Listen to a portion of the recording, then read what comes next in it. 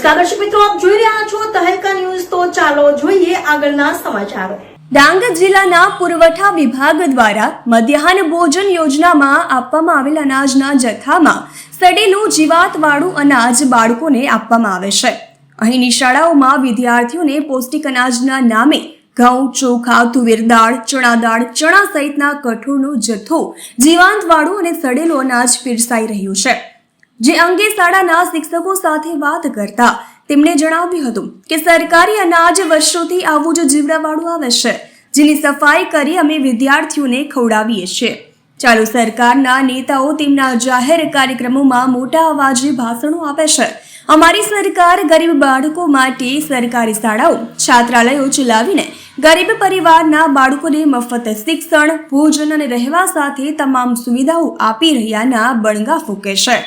ત્યારે ડાંગ જિલ્લામાં વિદ્યાર્થીઓને જીવાતવાળું ભોજન આપીને બાળકો અને વાલીઓ સાથે ક્રૂર મજાક થઈ રહી હોય તેમ દેખાઈ રહ્યું છે। રિપોર્ટર રમેશ મહાલ્લા, ડાંગ। તો આ હતા અત્યાર સુધીના સમાચારો। વધુ અપડેટ્સ જોવા માટે જોતા રહો તહેલકા ન્યૂઝ।